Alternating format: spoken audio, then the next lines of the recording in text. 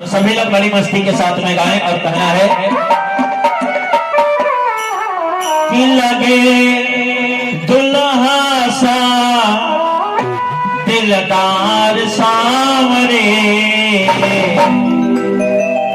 लगे दुल्हा सा दिलदार सांवरे। उठाओ मेरा दोनों हाथ दरबार में एक बार घुमा कर तेरा किसने किया श्रृंगार सांवरे, तेरा किसने किया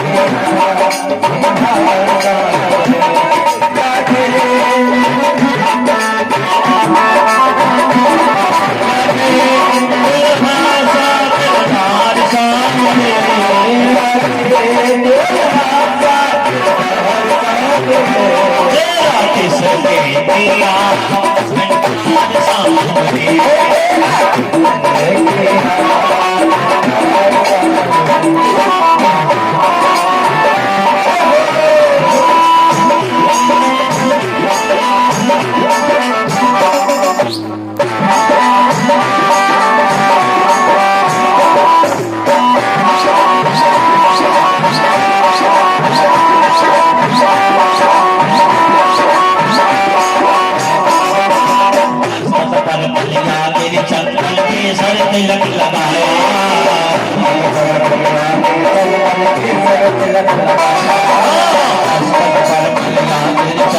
केसर तिलक लगाया,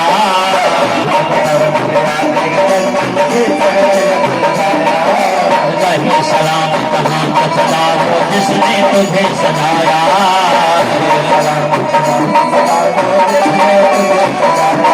सजाता रहे हर बार सांवरे, सजाता रहे वो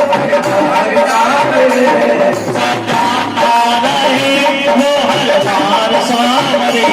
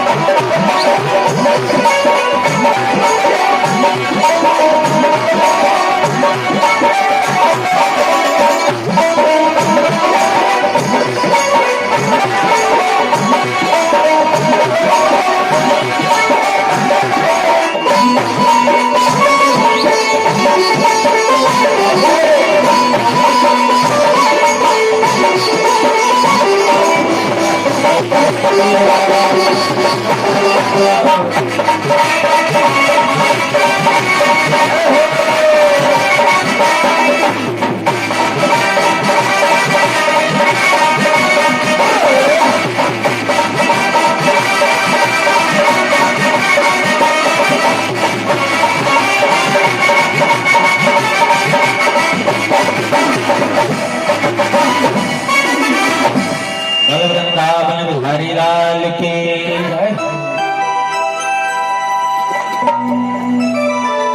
बड़ा ही मन भावन प्रसंग अभी आप लोग सुन रहे थे महाराज जी के द्वारा।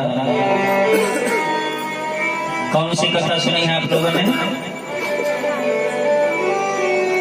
महाराज जी कौन सी कथा सुना रहे थे? कथा कहाँ चल रही थी? सुल्तानपुर में, महंतापुर में। कहां तक सुनी है कथा आप लोगों ने? धन्य हो महापुरुषों। अब हमको विश्वास हो गया आप लोग कथा सुन नहीं रहे थे, कथा पी रहे थे बैठे बैठे। सुनने में पीने में अंतर है। एक बात की बात है, एक जगह हमने 7 दिन तक कार्यक्रम किया। 7 दिन के बाद एक माता जी आई तो हमने उनसे पूछा, माता जी आपको हमारी कथा समझ में आई? बोली महाराज कथा समझ में नहीं आई। तो हमने कहा आप रो क्यों रही थी? कहा महाराज बात ये है, कथा तो हमारी समझ में आई, लेकिन हमारी बात एक समझ में ये नहीं आई कि राम राक्षस थे या रावण राक्षस था, ये हमको बता दो। बाकी सब समझ में आया, लेकिन ये समझ में नहीं आया कि राम राक्षस थे या रावण राक्षस था।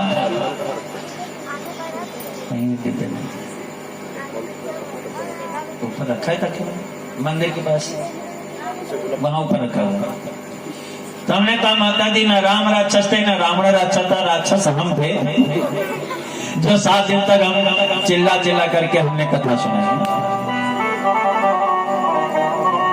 अभी आप लोग रास की कथा सुन रहे थे, बड़ा सुंदर पावन प्रसंग है भागवत जी में रास का। अच्छा रास जानते हैं किसको कहा जाता है? आप लोग किसान हो, जब खेत के सारे अनाज को एक जगह पर इकट्ठा किया जाता है तो उसको क्या बोला जाता है? हाँ जी, क्या बोला जाता है? रास बोला जाता है, ठीक है ना। जब खेत के सारे अनाज को एक जगह पर इकट्ठा किया जाता है तो वो रास बन जाता है। तो कहने का मतलब ये है, जिस दिन तुमको नेत्रों से भगवान के दर्शन होने लगे, कथा में हाथों को ताली बजाने का मौका मिल जाए, पैरों को सत्संग में जाने का सौभाग्य मिल जाए और जिह्वा को भगवान का कीर्तन करने का मौका मिल जाए, कहने का मतलब ये है मनसा वाचा कर्मणा तीनों प्रकार से गोविंद की सेवा होने लगे तब रास बन जाता है। बोलो इस समय महानंदपुर में रास चल रहा कि नहीं चल रहा है? 24 घंटे रास चला करता है। और हम तो कहा करते हैं, इस समय खैर गर्मी चल रही है, इस समय तो खूब लोग नहाते होंगे। एक बार की बात, एक लड़का हमारे पास आया, उसने हमसे कहा महाराज जी हमारे पेट में गैस बन रही है। तो हमने कहा भैया जब भोजन किया करो तो ठाकुर जी का भोग लगा करके खाया करो। उसने कहा महाराज आप ठाकुर जी के भोग की बात करते हो, हमने 3 महीने से नहाया नहीं है। तो हमने कहा जब 3 महीने से नहाया नहीं तो गैस नहीं, अब गैस सिलेंडर बनेगा तुम्हारे पेट में। नालायक, 3 महीने से नहाया नहीं है, गैस नहीं गैस सिलेंडर बनेगा। इस समय तो गर्मी चल रही है, सब लोग नहाते हो। अच्छा एक बात बताओ, पानी और साबुन आपकी ऊपर की गंदगी को साफ करता है, ठीक है ना। चाहे शैम्पू लगाओ चाहे साबुन लगाओ, दोनों चीजें ऊपर की गंदगी को साफ करती हैं। लेकिन जो अंदर गंदगी भरी हुई है हमारे, उसको साबुन साफ कर पाएगी? शैम्पू साफ कर पाएगा? तो ऊपर की गंदगी को साबुन साफ करती है, अंदर की गंदगी को कौन साफ करेगा? किसी ने बहुत बढ़िया भाव दिया है,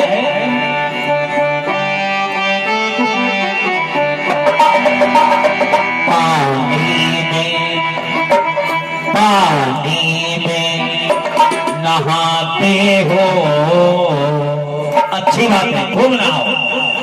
पानी में नहाते हो,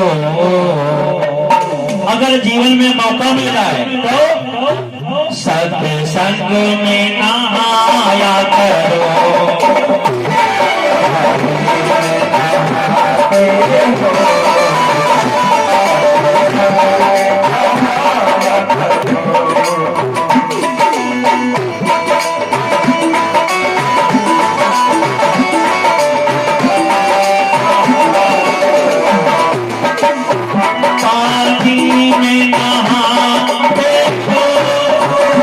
सत्संग में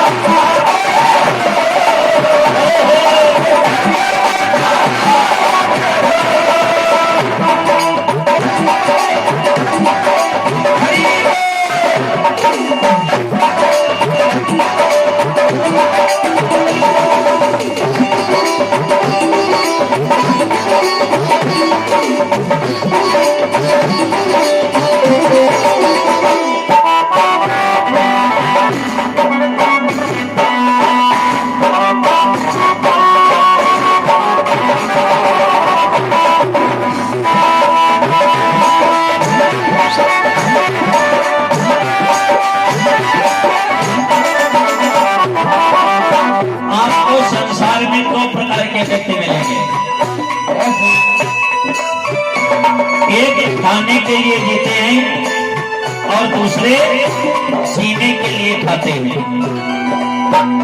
खाते खाते सारा जीवन ही बीत गया।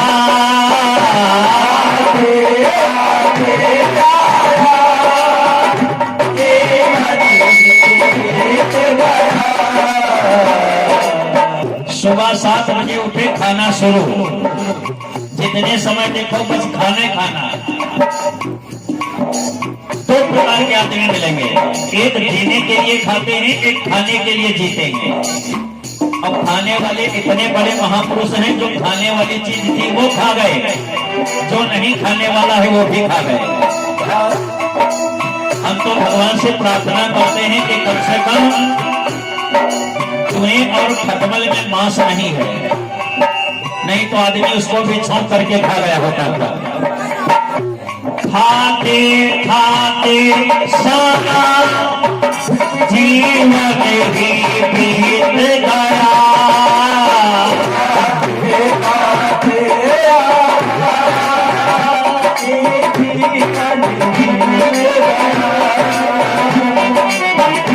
खाना तो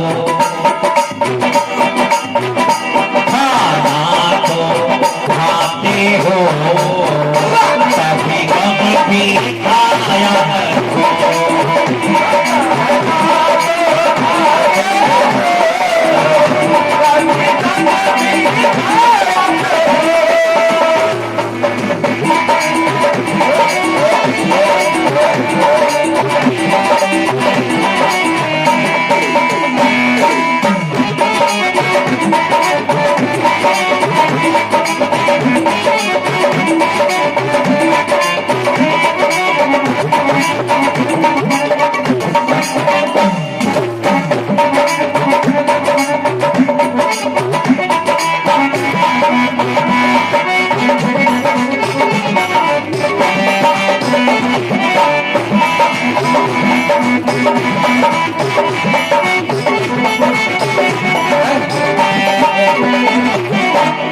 एक लाइन पर जरा ध्यान दीजिएगा। हमारी एक आदत है, जब हम आपस में बैठते हैं तो एक दूसरे की बुराई करना शुरू करते हैं। औरों की बुराई को तुम सुनते सुनाते हो,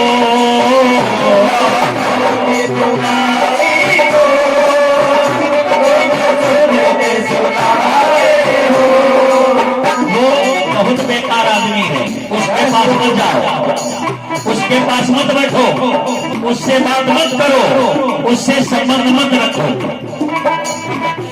औरों की बुराई को तुम सुनते सुनाते हो,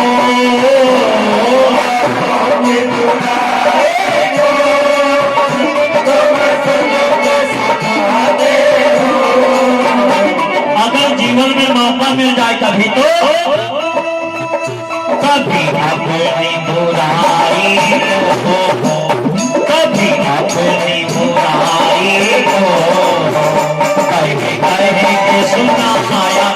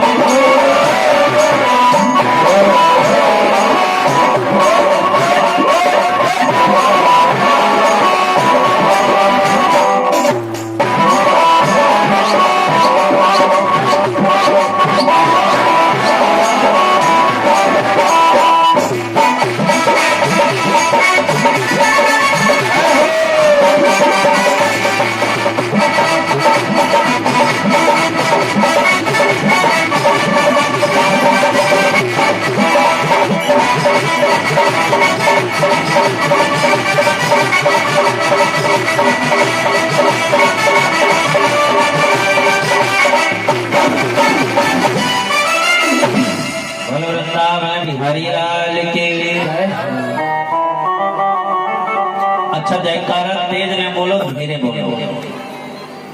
इतनी तेज आप लोग जय बोलते हो कि आधा पांडाल जयकारे से फट गया है।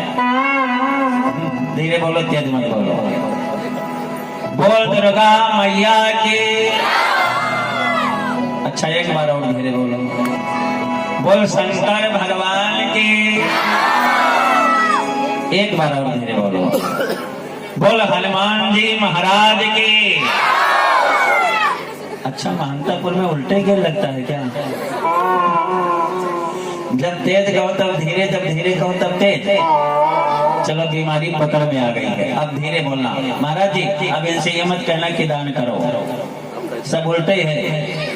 हाँ जब कहोगे तो ये नहीं करेंगे, जब नहीं कहोगे तो जरूर करेंगे। बोल दुर्गा मैया की। बड़ी सुंदर आप लोगों ने रास की पावन कथा सुनी। आओ भगवान दूल्हा बन रहे हैं और बड़ी जल्दी है ठाकुर जी को विवाह की। अच्छा विवाह की सबको जल्दी होती है। पिछले साल लॉकडाउन, जब लॉकडाउन लगा तो पता नहीं कितने लड़के जिंद बाबा परम बाबा शंकर जी की पूजा करने निकल पड़े हैं। भगवान को लॉकडाउन हटे तब हमारी चाई माई हो। हाँ, कम से कम सैकड़ों लोगों के फोन आए, महाराज कौन सा मुहूर्त हमारे विवाह का निकाला था? लॉकडाउन में निकाला था क्या? हमने कहा भैया चिंता मत करो, ये भी खत्म होगा। तो ठाकुर जी बिल्कुल तैयार हो रहे हैं, दूल्हा बन रहे हैं, अभी आप लोगों को दर्शन देंगे। लेकिन भगवान के विवाह के पहले जरा मामा जी से निपट लिया जाए।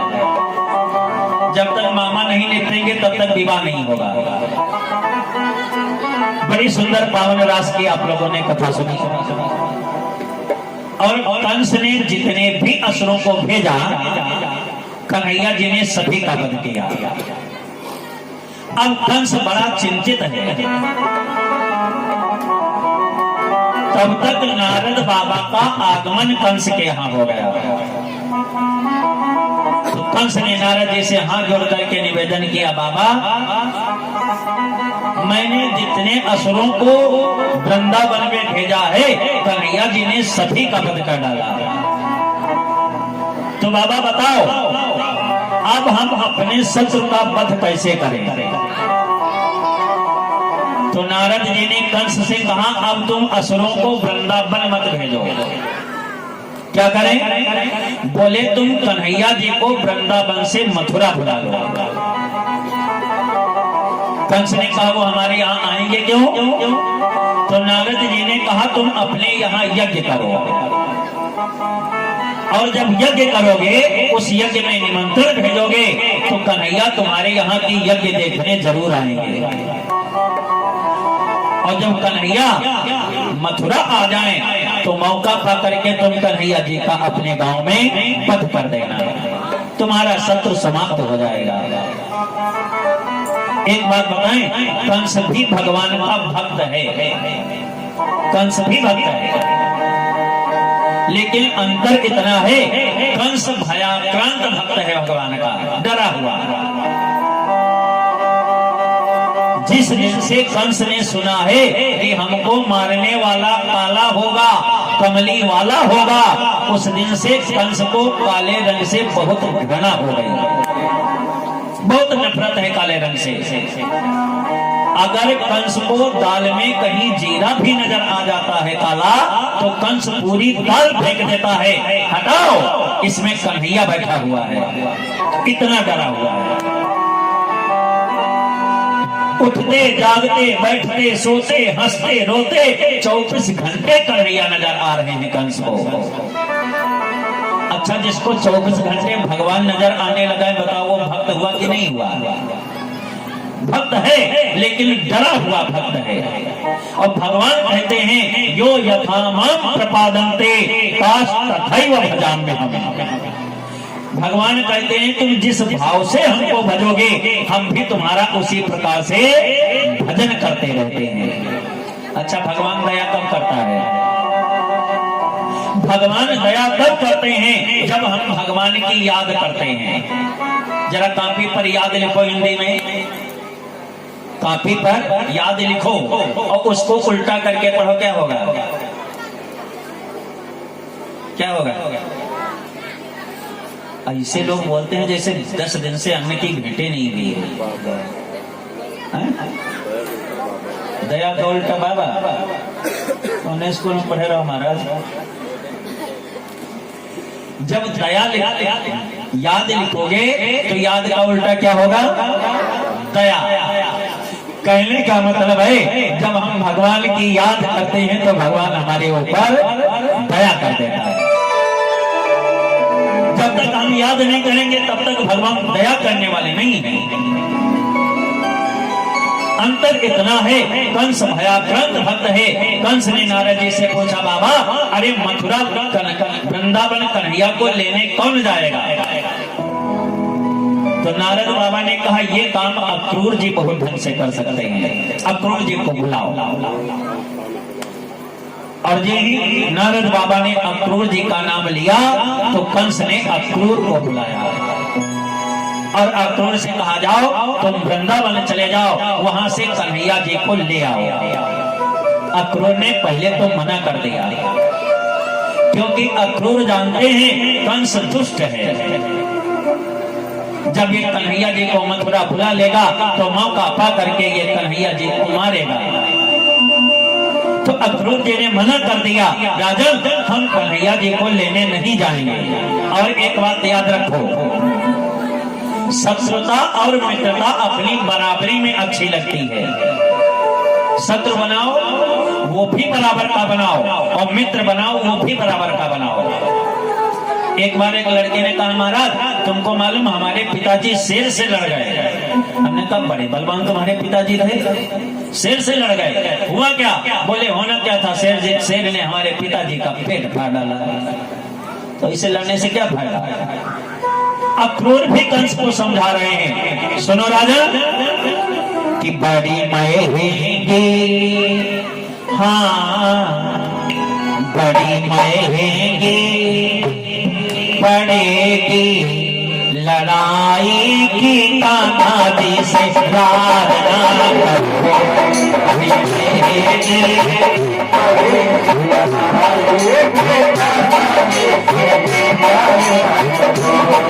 बड़ी मरेगी, बड़ी मरेगी पड़ेगी लड़ाई की तानाजी से प्रार्थना करो।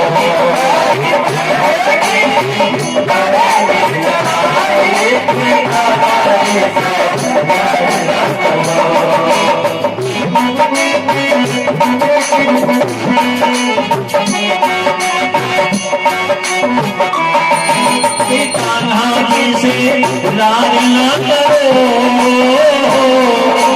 कान्हा जी से लाड न करो,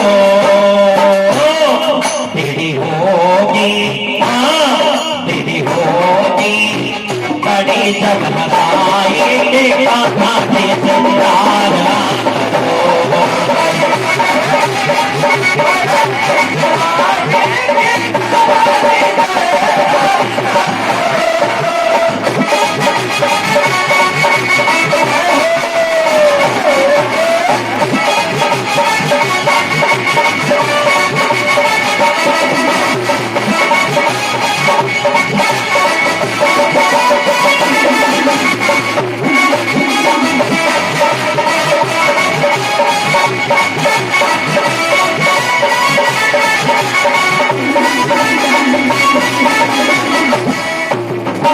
अक्रूर जी बार-बार समझा रहे हैं, लेकिन उपदेशो ही मूर्खानाम प्रकोपाय न शांतये।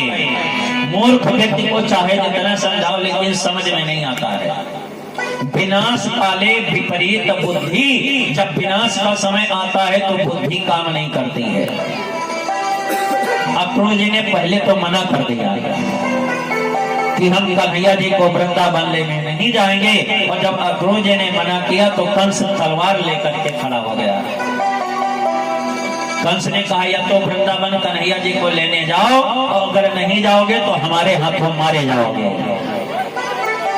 तो अक्रूर जी ने मन में विचार किया, इस दुष्ट के हाथों से मरने से अच्छा ये है कि हम वृंदावन जा करके कन्हैया जी के दर्शन कर लें। चले मथुरा से वृंदावन की दूरी कितनी है? क्यों महाराज जी? मथुरा से वृंदावन की दूरी कितनी है? 14 किलोमीटर बस। और अक्रूर जी मथुरा से सुबह निकले हैं, प्रातःकाल, पूरा दिन चलते रहे। और जब सूर्यास्त का समय आया, अक्रूर जी तब पहुंचे हैं वृंदावन जाकर के। क्यों?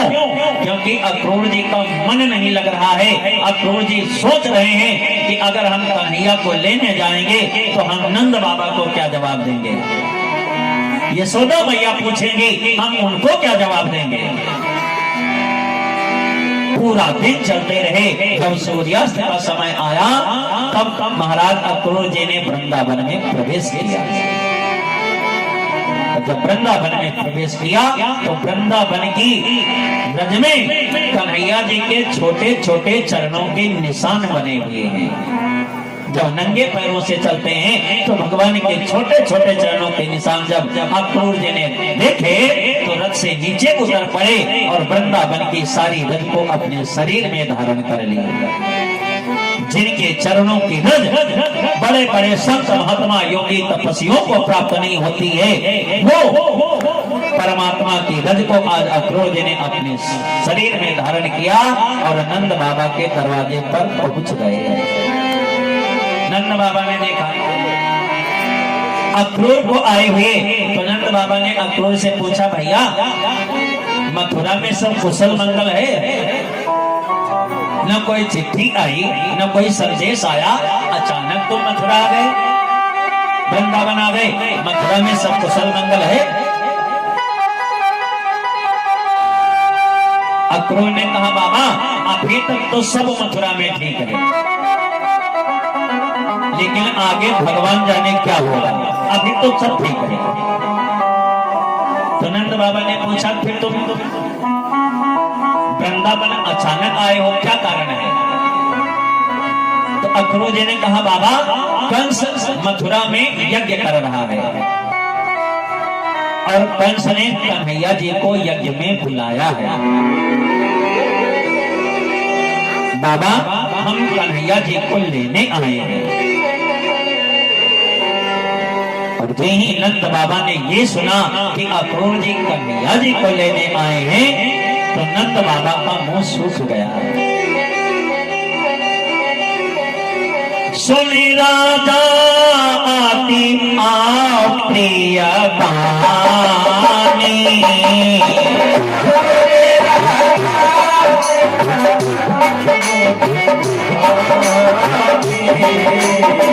सुनी राजा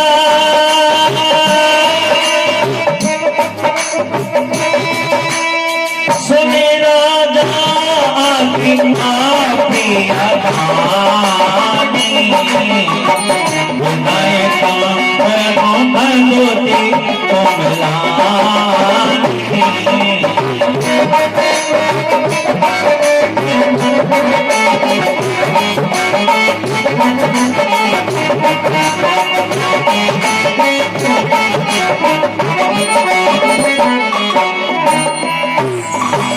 सुनी राजा अति अप्रिय बानी। जो ही नंद बाबा ने सुना कि अक्रूर जी कन्हैया जी को लेने आए हैं, तो नंद बाबा का मुंह सूख गया।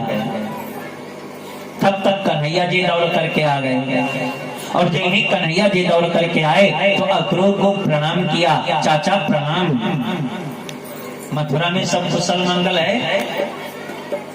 अक्रूर ने कहा, हाँ कन्हैया अभी तक सब मथुरा में ठीक है। तो कन्हैया ने पूछा, चाचा एक बात बताओ, हमारे मामा कैसे हैं? अगर कंस को कन्हैया की चिंता है तो कन्हैया को कंस की चिंता है। कन्हैया ने पूछा, चाचा हमारे मामा ठीक हैं? अक्रूर जी ने कहा, हाँ कन्हैया तेरे मामा बिल्कुल ठीक हैं। और कन्हैया तेरे मामा मथुरा में यज्ञ कर रहे हैं, उस यज्ञ में तुम्हारे मामा ने तुमको बुलाया है, कन्हैया मथुरा चलोगे? कन्हैया मुस्कुरा पड़े। कन्हैया जी ने मन में विचार किया, चाचा मामा बुलावे हम न जाए, ये तो असंभव है। अरे हम तो इंतजार कर रहे थे कि कब हमारे मामा हमको बुलाएं, हम मथुरा घूमने जाएं। बड़ी खुशी की बात है चाचा, मामा ने बुलाया है, हम जरूर चलेंगे। और इतना कह करके कन्हैया सारी ब्रज की गोपी एक गोपी के घर में संदेश देने लगे। एक गोपी के घर में जाने लगे, गोपिकाओं से कहने लगे, सुनो गोपिकाओं, हम तुम्हारे घर में थोड़ा सा मक्खन चोरी कर लेते थे, तुमको बड़ा कष्ट होता था, हमारी मैया से शिकायत करने तुम जाती थी ना, तो जाओ, कल हम अपने मामा के यहाँ जा रहे हैं, आज के बाद हम तुम्हारे घर में माखन चोरी करने नहीं आएंगे। और जिस गोपी ने सुना कि कन्हैया कल वृंदावन छोड़ करके मथुरा जा रहे हैं, उस गोपी के घर में चूल्हा नहीं जला, सारी भूख हिरण हो गई।